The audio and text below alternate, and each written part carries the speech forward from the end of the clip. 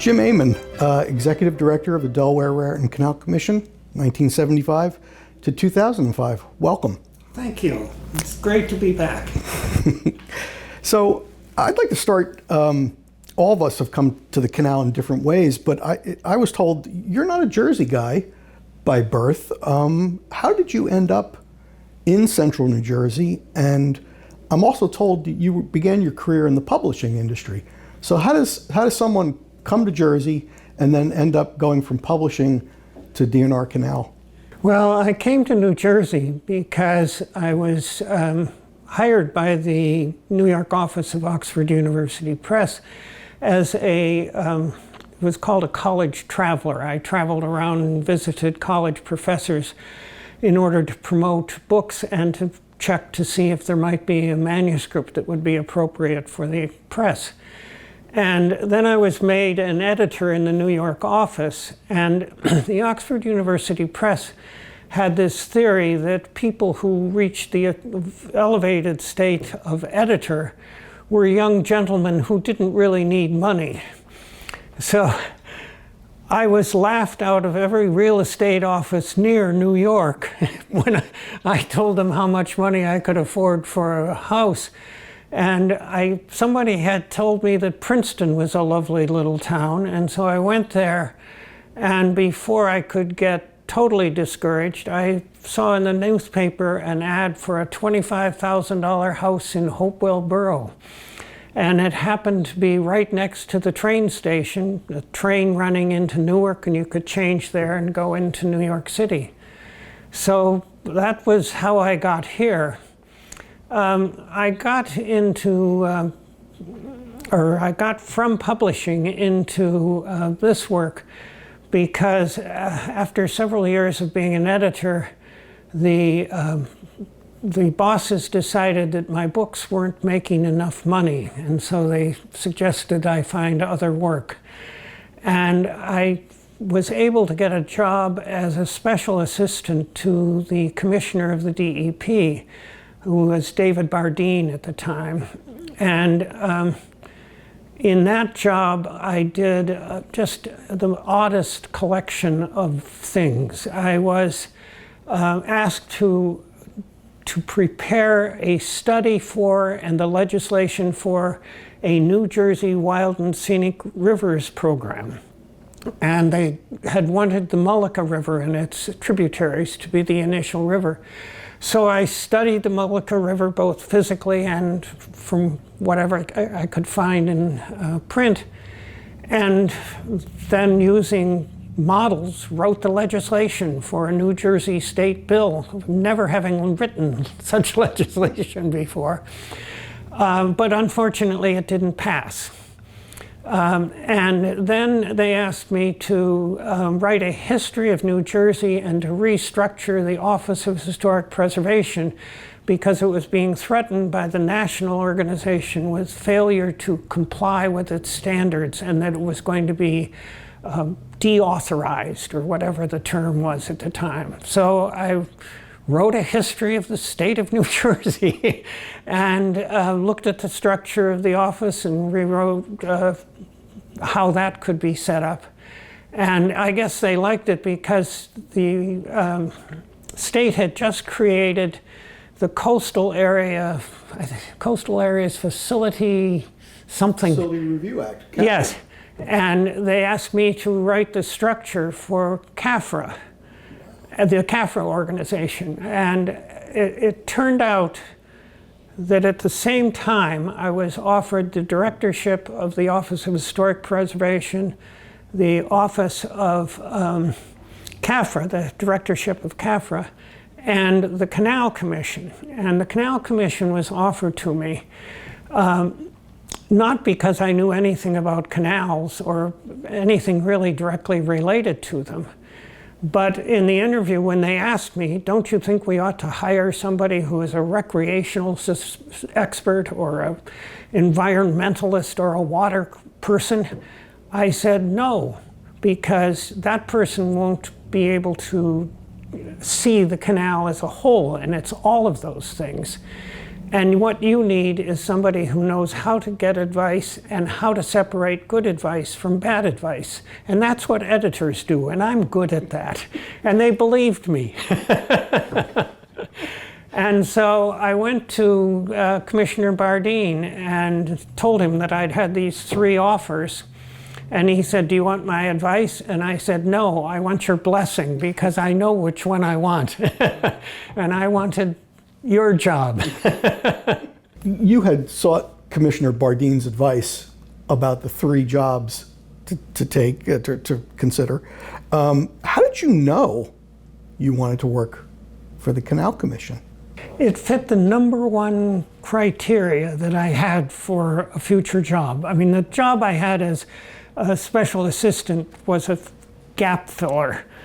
And the #1 criteria that I had was that I wanted to run my own show. And it turned out far more successful than I ever imagined. I thought, well, running your own show, but you're still part of government. But because we had an annual allocation of $150,000, nobody in the government took us seriously. They didn't care what we did or what we said. And when we moved to Prallsville from downtown Trenton, we were 20 miles out of town to boot.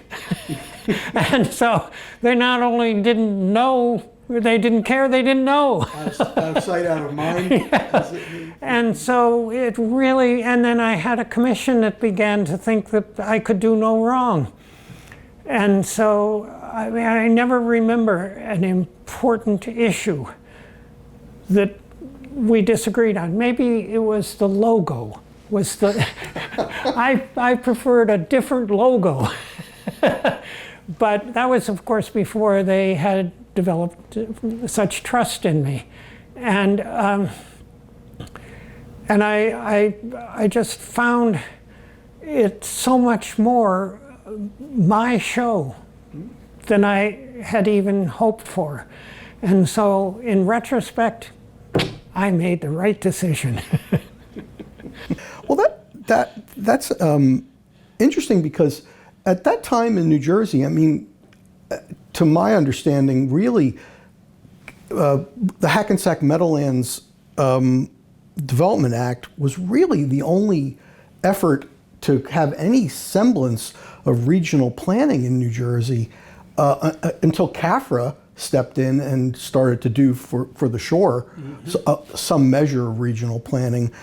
But home rule was so embedded in New Jersey's political culture since, I think, the Home Rule Act, I think, was 1917.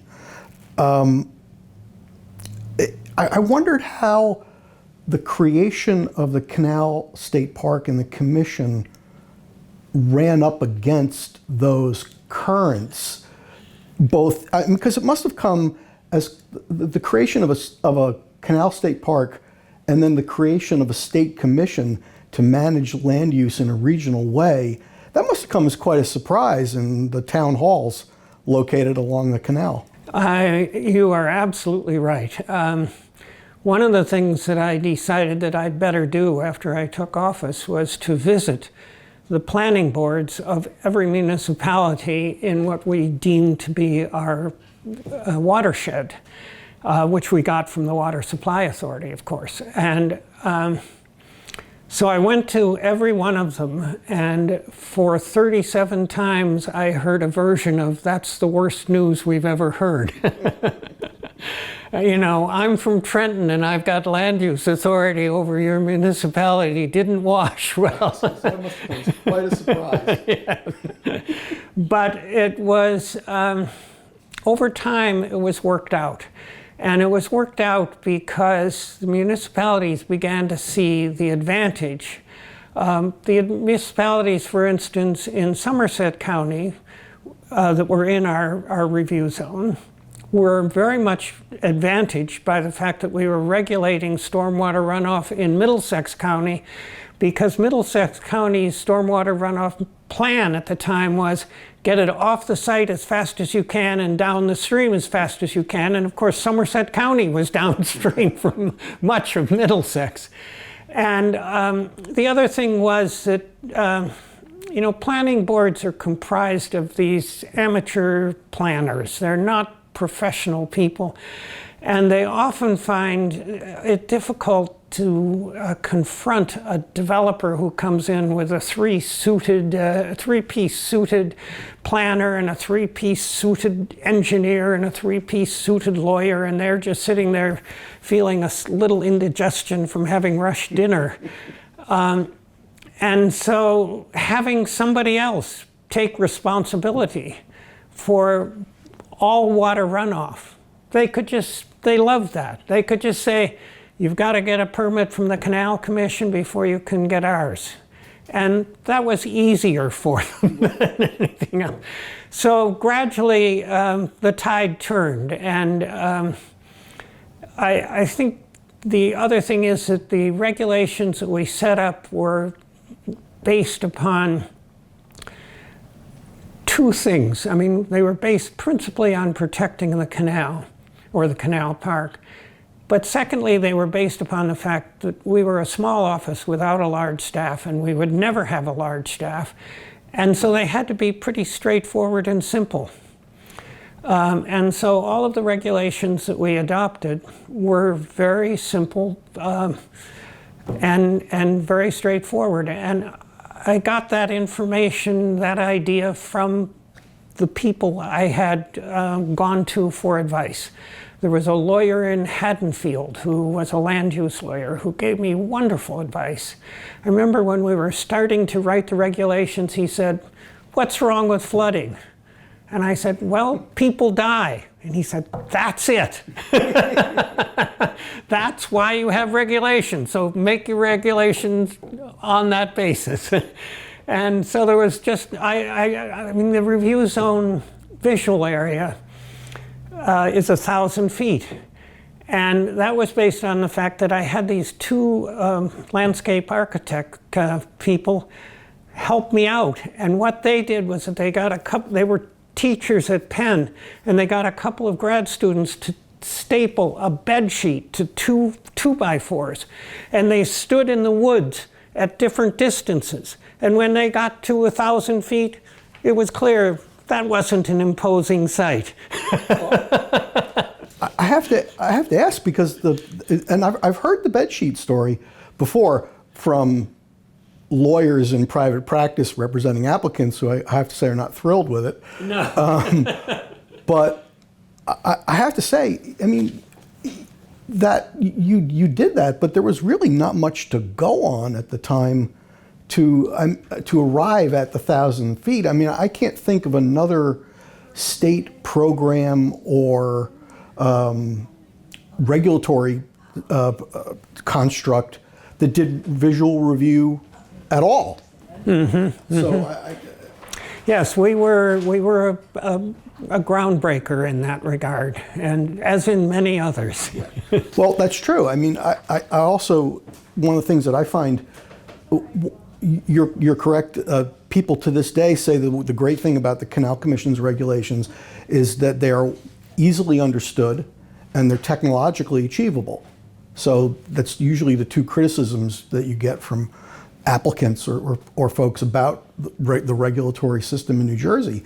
But the one thing that just struck me about the rules is that they took into, by looking backward in time to 1980 and using that as the benchmark for jurisdiction and for regulation, you were able to take into account the cumulative and secondary impacts of development in the canal review zone. And I mean, the DEP land use program doesn't do that to this day. Mm-hmm. And and this was in the late 1970s. And it's still not actually a part of our regulatory construct for the land use program. It is for the commission, obviously. But that must have been very forward-looking.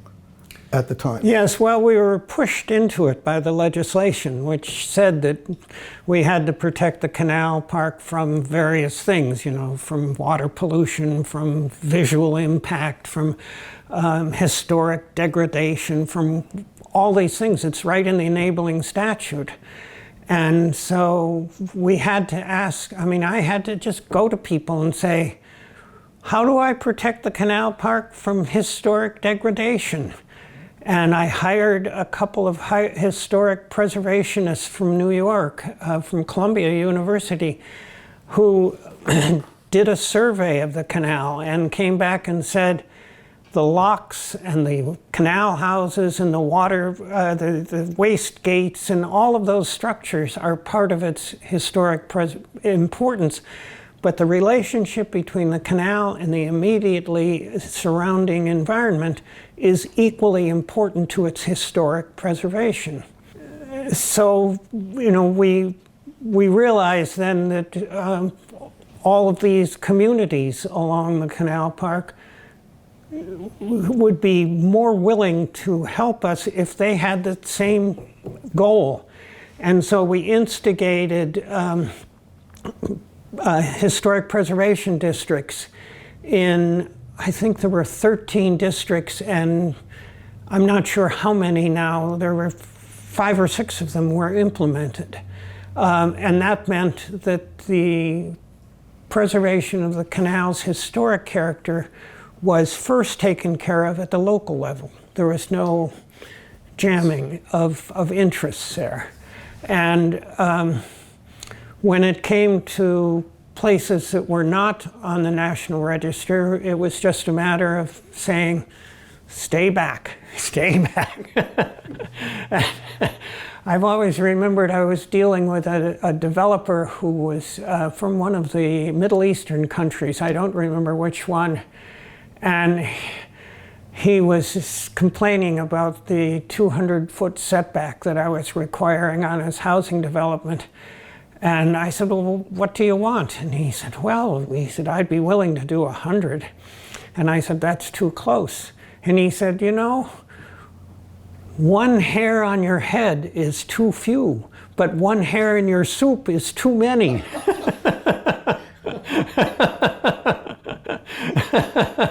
And I said, okay, one hair in the soup is what 100 feet would be.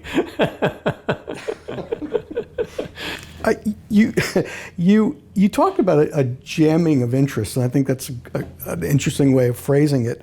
When the Canal Commission was created, we affectionately refer to it now as the 3 legs of the stool: the Commission, the Park Service, and the Water Supply Authority.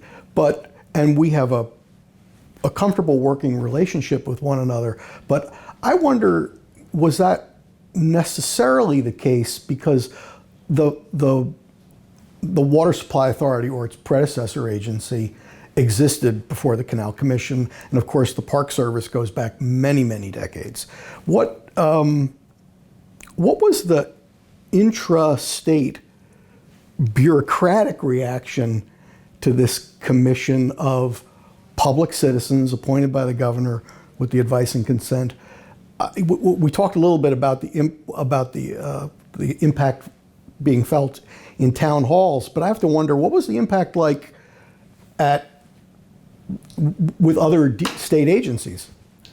Well, the best way I can tell you the early on relationship between the Commission and the Division of Parks and Forestry is that shortly after I was installed, the legislation creating the Canal Park lists all the things that the Division of Parks and Forestry should do, all of the things the Canal Commission should do, and all the things that Water Authority should do. And so I made a list of all the things that were in the legislation for Parks and Forestry to do, and put it in a memo and sent it to a guy named Al Guido, who was the director at the time, and said, Al, we should sit down and talk about these, because obviously there's some of these that you don't need to do, and some of them you've done, and some of them haven't been done. So let's have a meeting. The response was that he canceled my reservation at a cabin in a state park. So that was a lesson in bureaucracy early on. Bureaucracies don't really change. The state, obviously, when the Pennsylvania Railroad gave the canal back to the state of New Jersey after failing to operate it, the state of New Jersey then used the canal essentially as a water supply vehicle for private industry. So the DEP, or its predecessor agency, and I've got to ask you about the Water Supply Authority's prior name, which is a fascinating thing. I mean, they had been running the canal since 1944. I wondered what they were like to deal with. Yes, this was an organization that had picked the unfortunate name of the Bureau of Water Facilities Operations. The initials of each word were always pronounced as BUFO. But they weren't BUFO. A lot of the credit for the preservation of the canal goes to them. I mean, they converted the locks into waste gates and did some things that were destructive, but for the most part, they were really essential at preserving the canal. They were very much focused on their job, which was to use the canal as a water conduit, to the extent that when I asked the person who was in charge of BUFO, what do you do with the dredgings? What do you do? You've got to have a waste site somewhere. He said, oh, we put it here and there. And it turned out they were putting it all in the portion of the canal between Trenton and Bordentown, because that wasn't part of the water conduit, and they didn't want to, and they knew that we wouldn't like it. And when we found out, it ended. But they were really quite obliging. I mean, we set up the rules. When you restore a culvert, you restore it as a historic structure. And the Historic Preservation Office, of course, was an ally in that. And I think there were people in the office at the time who were just really good at standing up for the canal's historic qualities. Given the sort of conflicting mandates, we talked about the Water Supply Authority, or BUFO, their requirement to move water through the canal for customers, and then of course the State Park Service's mandate to create a recreational resource for the people of the state. Was there a common you're responsible for drafting the first master plan for the commission, and the second one that we still rely on to this day. Was there a clear understanding or a common understanding about what this park should be when you started, or was there really? Not at all. Really? Not at all. That was, I think, probably my most important success, was that I established a way of seeing the Canal Park for what it really was, and I established it with real force. You know, there was no question when I dealt with Parks and Forestry or with the Water Supply Authority that you must understand that this is what this park is. It's not like most parks. It's not like a water aqueduct. It's not. It's something unique. So it wasn't so much a question of building consensus as it was having the vision and then leading based on that vision. Yes, and I think that there was one thing behind that was the foundation for it all. And that is that I absolutely loved the Canal Park. It was my baby.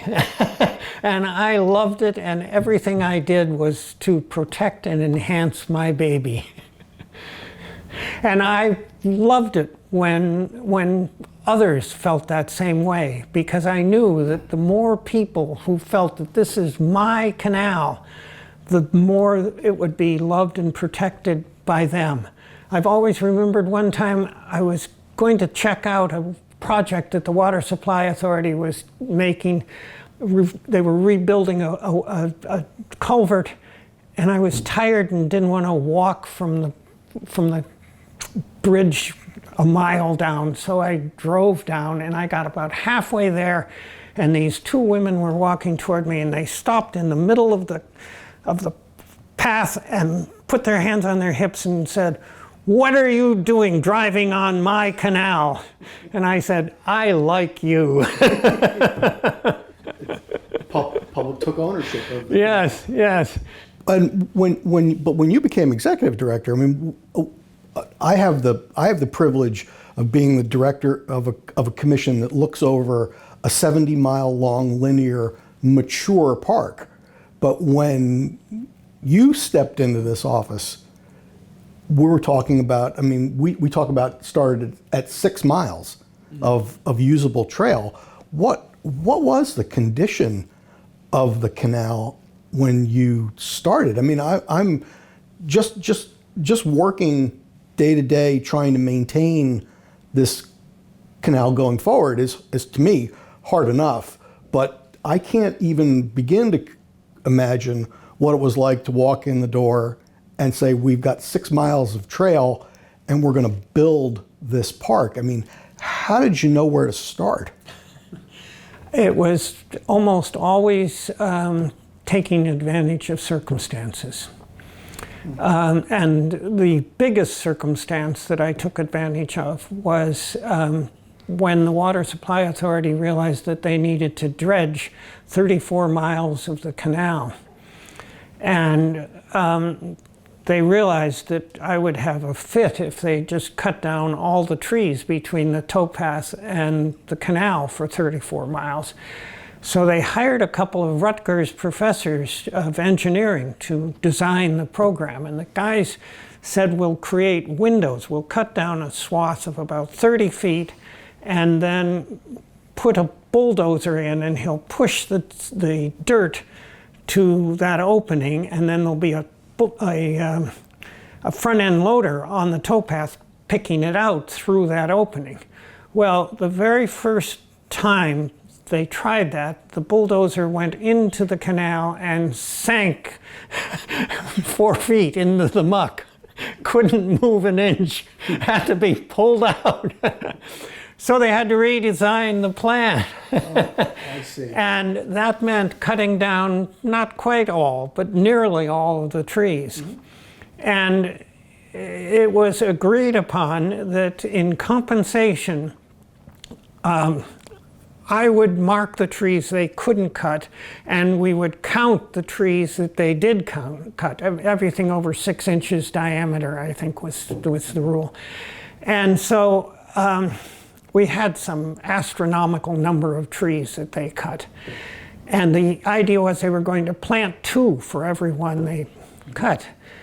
And it was funny because while the Sierra Club and other nature groups were just up in arms over the devastation of all these trees cut, the Canal Society and Historical Society said, that's a good start. Cut them all down. There were never trees between the towpath and the canal. Sure, because it's a historical in a sense that, of course, there wouldn't have been trees next to the canal when there were boats and masts and mules and tow lines. They would have just gotten away. Yes.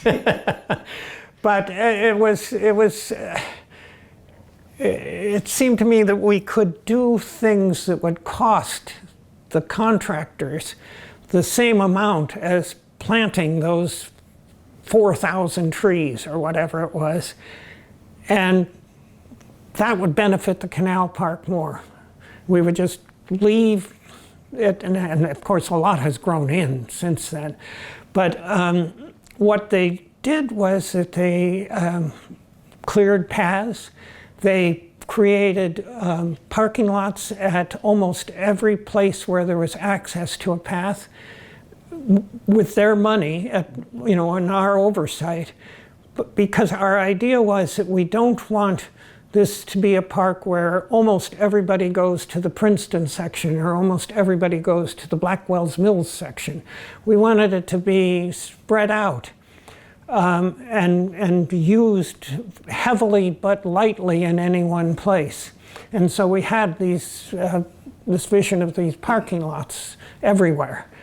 And that was one of the main ways that we did it, taking advantage of that. I think also as a matter of parks and forestry, when there was this change of administration, becoming much more concerned and much more interested in seeing the park as a park and not as a thorn in their side. Your successors, myself included, rely on the ability to require mitigation from applicants as a tool to help maintain the park. And although we use that regularly now, it wasn't readily apparent. I mean, that to me is a huge tool in preserving this park. How did you?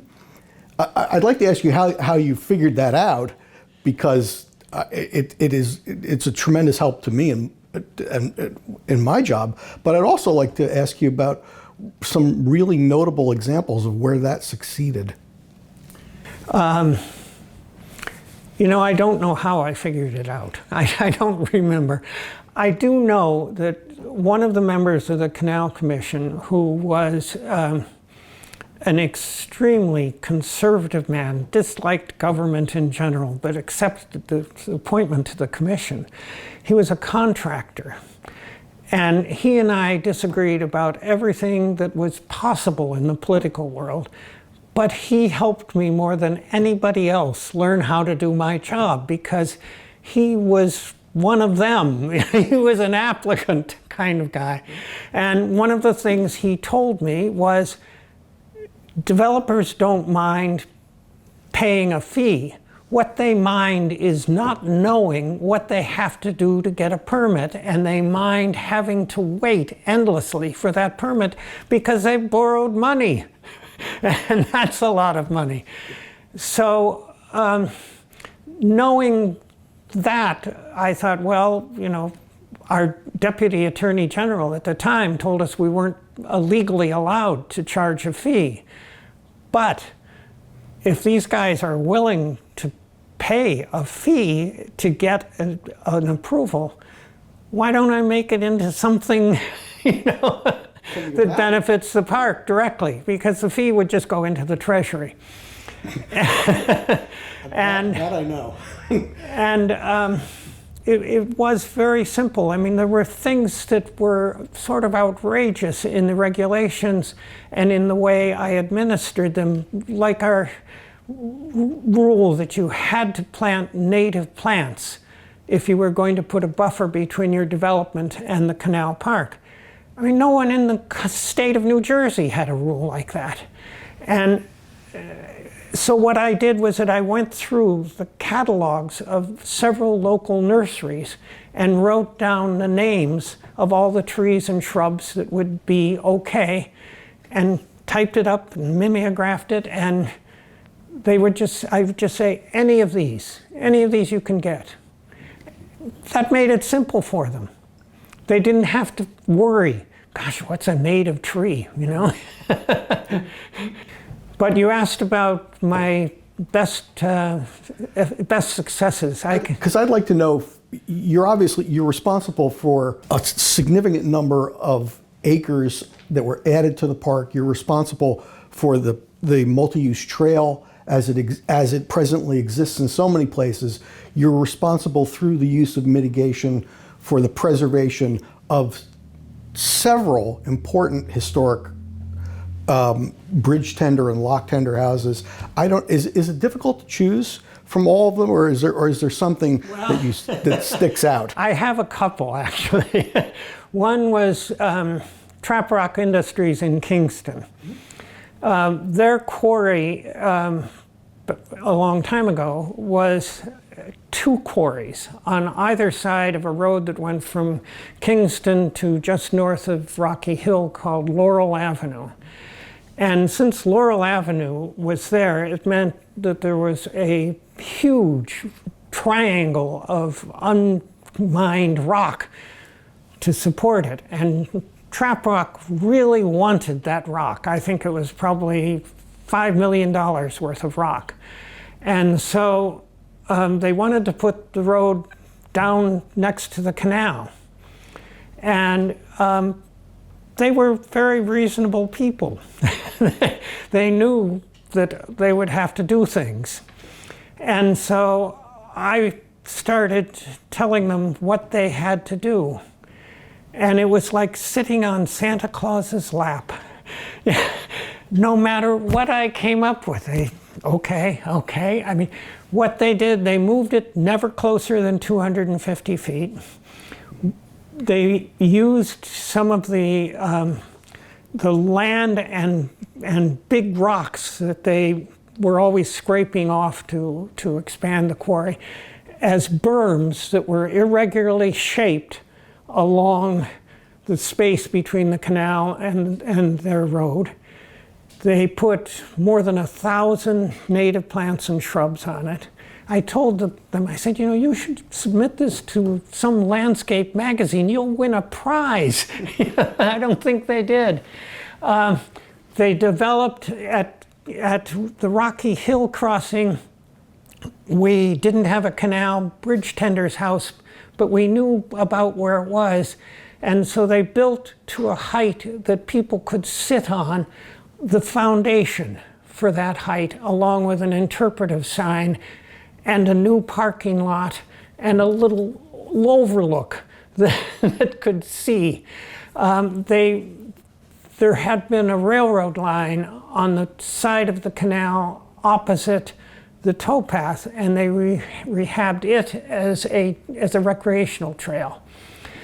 I think that might be all. But, I mean, that made that part of the park solid. I mean, it did, again, our desire to have a lot of people use the park but spread them out. We had a path on two sides of the canal, which was extended, in fact, then all the way to Port Mercer, I think. Is that right? No, to Alexander Road. Anyhow, the other one is in that Alexander Road area. There was a big developer coming in to do the shopping mall that has the Home Depot and the Walmart. And they, again, were alerted to the fact that I was going to make them pay something for what they were doing. And so they came to a Canal Commission meeting, and while they were sitting there waiting to talk, they looked on the wall of the commission meeting room and saw a picture of a canal bridge, and they said, oh, that's what we'll do. They said, when they got up to speak to the Canal Commission, they said, we'll build a bridge across the canal, and we'll make it a swing bridge, so it'll be a historic bridge. And the commission said, well, that's very interesting, let's work on that. And so then a little bit later, I took them aside, I said, there was never a bridge there. And putting a bridge wouldn't be a historic preservation thing.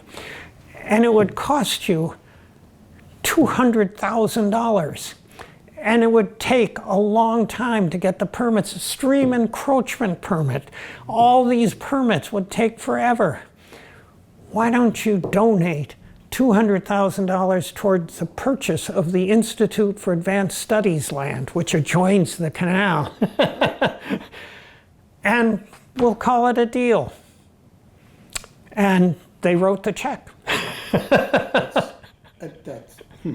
And, $200,000 I pulled out of the air. I don't know how much it would have cost, but it was a reasonable number. And it was what they were willing to pay to get our permit, bang, like that. And you also were able to, if memory serves, you were also able to basically shield Port Mercer, which is a historically important place, from the development. If you could stand in Port Mercer and not realize that because of the berming, because of the realignment of the road network that you spearheaded, you could stand at Port Mercer and you could envision yourself being in the 19th century.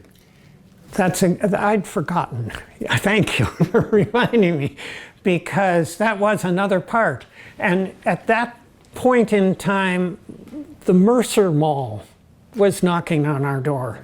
And so they combined forces to build a bypass around Port Mercer, a new bridge that would be high enough and far enough that you could have access to a towpath on either side, and to leave the Canal road and little wooden bridge alone. And even I said you can't have 2 lanes of traffic leading here. You can only have 1 lane of traffic so that people won't, by mistake, go straight ahead and cause too much trouble in Port Mercer. They said, okay. And the county was all ready to let them make that Canal Road a 4-lane highway and a new concrete bridge. The county thought that was fine. So I had to overcome them as well. But the developers, in almost every case, whenever I would suggest something, and I think it's probably because I wasn't crazy in what I suggest, they went along. You know, the regulations were straightforward, the permitting process was quick. Okay, we'll deal with this agency. I even got an award from a developing group, as well as one from environmentalists. Well, I'm a resident of Lawrence Township, and I think one of the most impressive mitigation projects, or one of the most impressive projects, was the final missing link, which allowed the multi-use trail to get over, of all things, Route 1. I mean, that was no mean feat to build that pedestrian bridge over that highway, and in such an historically sympathetic way. I can't even imagine, and it must have been, I didn't check the papers, but it must have been a multi-million-dollar investment. Yeah. And a considerable construction project. Well, actually it was one of 13. I was sitting at my desk one day when the phone rang, and it was the chief of staff to Governor Whitman. And he said, Governor Whitman wants to build some trails. Do you have any projects? And I said, yes. And he said, what do you have? And I said, well, I've got a list of 13. I can fax them to you, or I can come down and meet with you and we can discuss them. And he said, why don't you come down? So I came down and sat with him, and he looked over the list and he said, which of these do you really want? And I said, all of them. And he said, I was just checking. And he picked up the phone and he called one of the mucky mucks at the Department of Transportation and said, Tina, I'm going to fax over a list of 13 projects to you. I want you to get back to me in 6 weeks with a timeline for them. Well, it wasn't the timeline, but they did them all. And that was one of them. The bridge over Route 1 was one of them.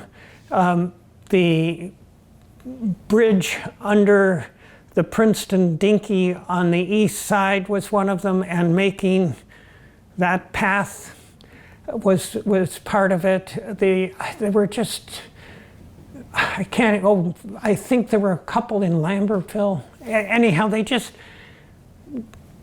all were done, and they were all funded actually by federal money that the Department of Transportation had for non-recreational transportation projects. And so since people walked and rode bikes, rode horses on the canal path, it was a transportation right away. But you were able to get that, you were able to get those monies. You got the commission to the front of the line on that, though. And that's just, yes. That's just remarkable. Well, I didn't have anything to do with the initiation of it. It fell out of the sky in my lap. And I was told there was a funny story about that bridge how the color, I mean, for folks who are obviously aware of it, pass under it every day. It's reminiscent of the steel truss bridges that used to be in the area, but the color is black. Yes. And I guess there's a story that goes with that. Yes, and I've always enjoyed it because the department representatives, and it was every time we met with them, there were 15 of them. You know, they never came to meetings without an army with them. But they told us, oh, we can't do black. Cracks can occur in the bridge and it won't be revealed on a black bridge. And a guy named, oh, I can't think of his name. Anyhow, a guy who was on the Office of Historic Preservation said, tell me about the Pulaski Skyway. We got our black bridge.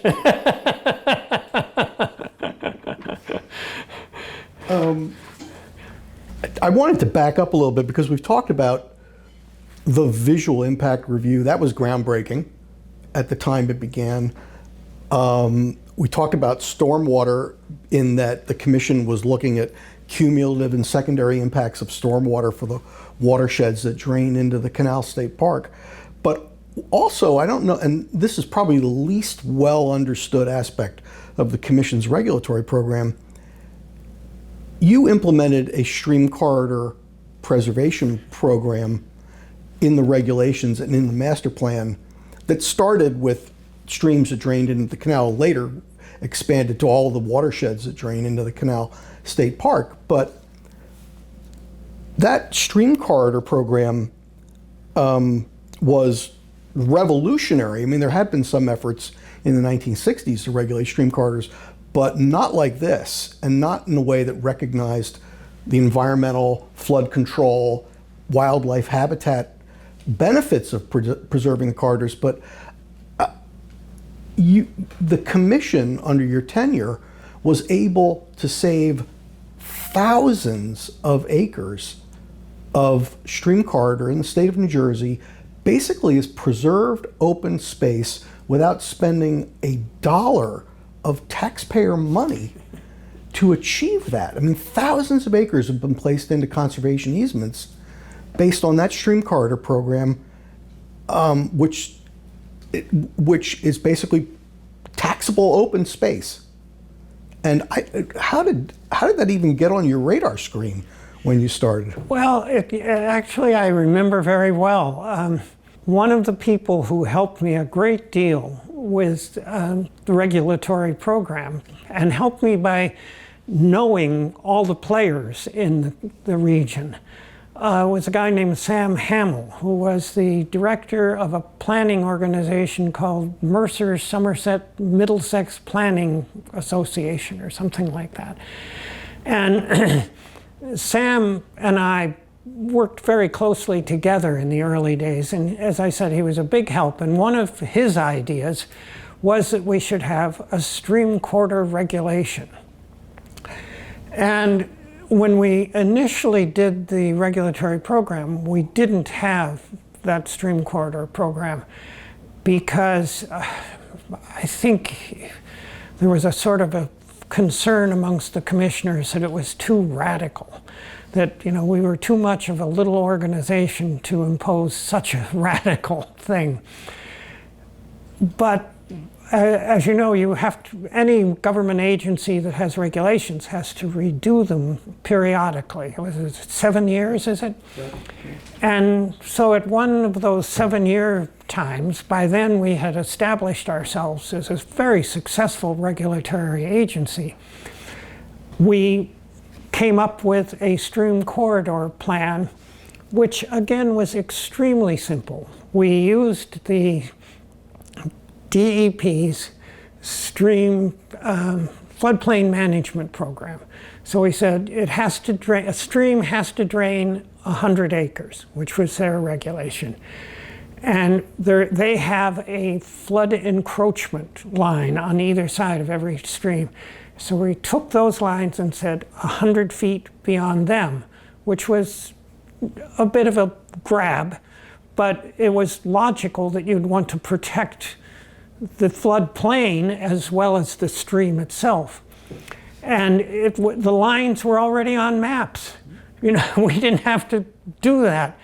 So it was a very, it was a really kind of straightforward thing. Now, when we put it forward as a proposed regulation, we heard from every developer in the region that this was going to mean they were going to have to sell their homes and put their children in the workhouse, you know, that this was the end of their life as they knew it.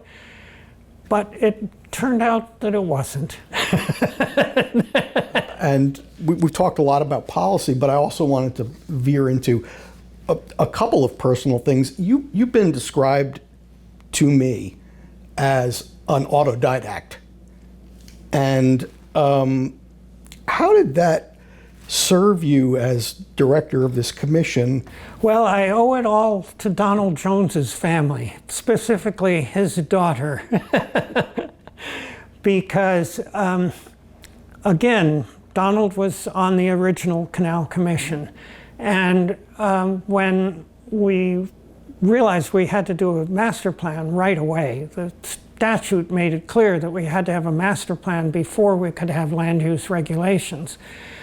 Donald said, my daughter, Leslie Sauer, might help you. She and her colleagues have an environmental organization. They do environmental restoration work. Why don't you give her a call? And it turned out that this was the beginning of their firm, and they had a little spare time. So they helped me envision the Canal Park in the master plan. And then I sort of had to learn about what was in the Canal Park, what naturally, from a naturalist standpoint. But it didn't reach its fullest fruition until I was retired and went to the D&R Greenway, where I was made the director of stewardship. It was my job to take care of their 100 nature preserves. And Leslie, again, who she and I were good friends by then, said, you know, Jim, somebody should know what's growing on D&R Greenway's lands, and that somebody is you. And I sort of jumped out of my skin because, you know, my formal training was in history and philosophy. And I'd never even taken a botany class. In high school, I hadn't even taken a botany class. So I started going to Saturday morning classes at Bowman's Hill. Oh. And I started reading everything that I could get, and started never walking in the woods without a field guide in my pocket so that I could identify what I was seeing in front of me. I mean, it became several field guides eventually. I had to have a backpack and not a pocket. But I thought Leslie was right. Somebody should know. Somebody at D&R Greenway should know what's growing on their property, and that somebody is the director of stewardship. And it was something that I loved. I loved learning. I mean, you know, here I was, I retired at 65 and a half years old, and I was learning all about something in depth that was new to me. What fun that was. Actually, I proposed to the director of the Greenway that I write a monthly blog on the plants and animals of the Greenway. And I wrote up 3 of them and sent them to her, and she decided that she didn't want them. She wanted a blog about the properties and how wonderful Greenway was to have saved them, which, you know, promotes the Greenway in a reasonable way, but it wasn't what I wanted. I wanted to talk about oak trees and cottontail rabbits and whatever. And so I put it aside, and shortly after that, I guess I retired a second time for good from the D&R Greenway. I was 75 years old and decided it was time. and was immediately asked to join the board of the Sauerlands Conservancy. And I was so flattered that I agreed, even though being on a board was the absolute last thing I wanted to do.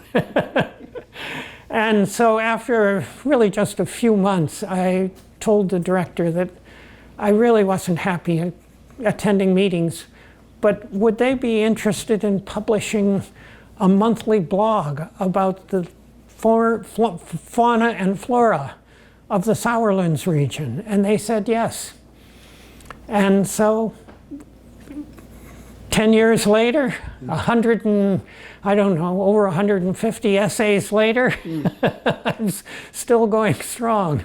As the current inhabitant of this office, I know that there were a considerable number of photographic slides of the flora and fauna of the D&R Canal State Park, which I'm pleased to say I sent to the state archives to be preserved and hopefully digitized so that they can be shared with the wider public at some point. And I just got a telephone call from a person in Princeton asking me how we could arrange a showing of those photographs. But I guess my question would be, how did you are a prolific photographer. How did that get started? Well, I have 4 children and I photographed them all when they were babies. But that was pretty much what I did as a photographer in my early life. But when I came to the Canal Commission at age 34 or 5, one of the things I realized was there was no archive. There were no photographs that I could use as a publicity release. And so I thought, well, it's up to me. And I had met a guy who taught photography at Mercer County Community College. And so I enrolled in his class and learned how to photograph and how to develop film and how to make prints. And loved it. I found photography a really wonderful challenge. And so I began really actively photographing this wonderful, beautifully photogenic park that we have. And it has gone on. I've had photographic exhibits at, I don't know, a dozen or more places around the region. And I always publish a photograph or more with my monthly blog on the flora and fauna of the Sauerlands. My children produced grandchildren who have been photographed. I accused one of my sons-in-law of not having been photographed enough as a kid because he resisted me photographing him. You also put together a fairly impressive collection of historic photographs of the canal from the time of its historic significance. And we rely on those literally every day here. We're in the process of digitizing them so that we can share them with the wider public online. You had spoken about the original master plan, the 1989 master plan, and I've asked you this question at the 50th anniversary celebration, but I think it bears repeating. What, in your opinion, as we go forward as your successors in revising and updating the master plan, what is the unfinished business of the master plan, and where do you think we should go from here? I think you should look closely at your vision for what the canal park is and can be, and use it to amend the vision that I had and the people who were directors between us have had, and build that up. Put your vision on top of ours, and enforce that vision. Make it happen in whatever way you can. And it will be extremely difficult without the funding that the Canal Park staff needs. But maybe you can even work on that. Maybe you have contacts with enough people in the legislature to do some good there. So we spoke a little bit about taking advantage of the situation as it presented itself as the park was growing. Was there a moment in the 30 years when you were director when you could look and say, we've got something here, we know, we can see what's happened so far, and we know this is going to be something special? Not really. There wasn't a moment. I think it must have happened at the beginning, because from the very beginning, even though there weren't a lot of miles of towpath, there was a whole canal. And it was whole. And I saw the park, whether it had a path next to the canal or not, as part of the whole. And my vision was that wholeness was its #1 importance. And so whenever I could find a way of making that wholeness more accessible to people, a second path on the other side of the towpath, or extending the towpath beyond the canal even, or clearing the towpath a little bit wider so that people can walk side by side instead of single file as it was in many places. Those were all ways of filling in that vision of the wholeness that I had from the outset. Do you recognize these coffee cups? Yes, they are one of the many things we did to celebrate the 150th anniversary. 1984 was the 150th of the creation, the opening of the canal. And we decided to use it as a publicity anchor. And we even got $25,000 from the state to spend on this publicity. And we went all out. We just did everything that was suggested, everything we could think of. We had exhibits at the Historical Society of Princeton. We had exhibits at the State Library. We had a parade on the one day where we went along the whole length of the canal with a police driving escort, and at every place we had arranged to have a group of people there to welcome us and to celebrate their place. So at the Port Mercer Canal House, the Lawrence Township Historical Society was there. At Blackwell's Mills, it was the Blackwell's Mills Canal House Society. And at every place, it was a group of people who were connected. And we just, we made these cups, and we put out a poster, and we did all sorts of things. And I think that it really was the turning point in the public's knowledge of the canal, because there were all these newspaper articles about all the things we were doing. And all of a sudden, the canal park had fully arrived in people's consciousness, and attendance just skyrocketed. It's always been a disappointment that we can never know how many people visit the canal park. And I've heard you, John, say that Liberty Park has more. I doubt it. I think the Canal Park is the most visited park in the state of New Jersey.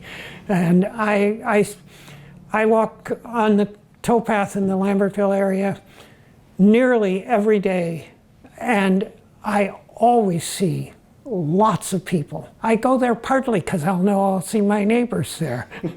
Your tenure spanned about 30 years here at the commission. And through no fault of the commission, some critical resources or important historic resources were lost. And I think I know what one of them is going to be, but I'm going to ask you, what were they? What were the things that were lost, and how did that happen?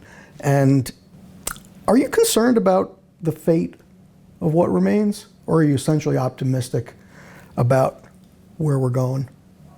What's the resource lost that you remember? Well, I know, and this is from my interaction with the commission stakeholders to this day. I mean, it's remarkable when you think about it. 50 years later, they still talk about stopping the park at Landing Lane and losing the outlet lock, which is now Boyd Park, and of course losing the lock tender house at New Brunswick.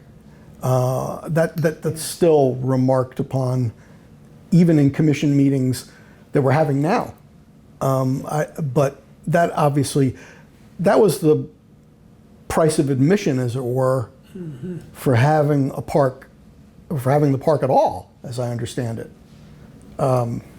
Yes, it was. The bill was created really by a Republican, and it was a Democratic Senate, and so they needed to have the Democrats behind them, and John Lynch was, if not the leader, one of the leaders of the Democrats in the state assembly or state government, and he really wanted the highway built. Route 18. Yeah, Route 18, and he knew that that would be harder with this Canal Commission saying. So it was the price of admission, as you say, and I didn't think of it because it was an accomplished fact when I came in. It was.